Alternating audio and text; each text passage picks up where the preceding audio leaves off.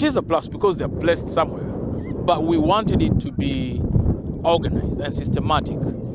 You want these players who are unearthed through the Talanta Hela tournament, they're under the ministry, then you come contact the ministry, get these players, so that we can have control and people who are answerable. Because when you just take them from wherever, they, like most of the time, the players are always at the losing end, because in terms of contracts, yeah, how they engaged, safeguarding. Now, some of these players are just taken, put into training session. If, God forbid, they get an injury, a life-threatening injury, they are left out like that. So those are some of the things that we want to keep check of.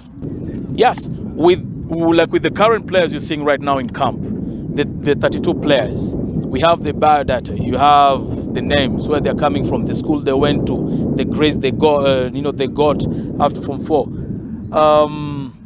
their date of birth. So we want to have a very rich data bank that we can always have this player have a data print. Even if they go to play pro, someone can just click and find this is where they were unearthed, this is how they were gotten from, this is what they got. Because it's not just playing. They're having practical in the morning. In the afternoon, they're having football education. We want to have elite players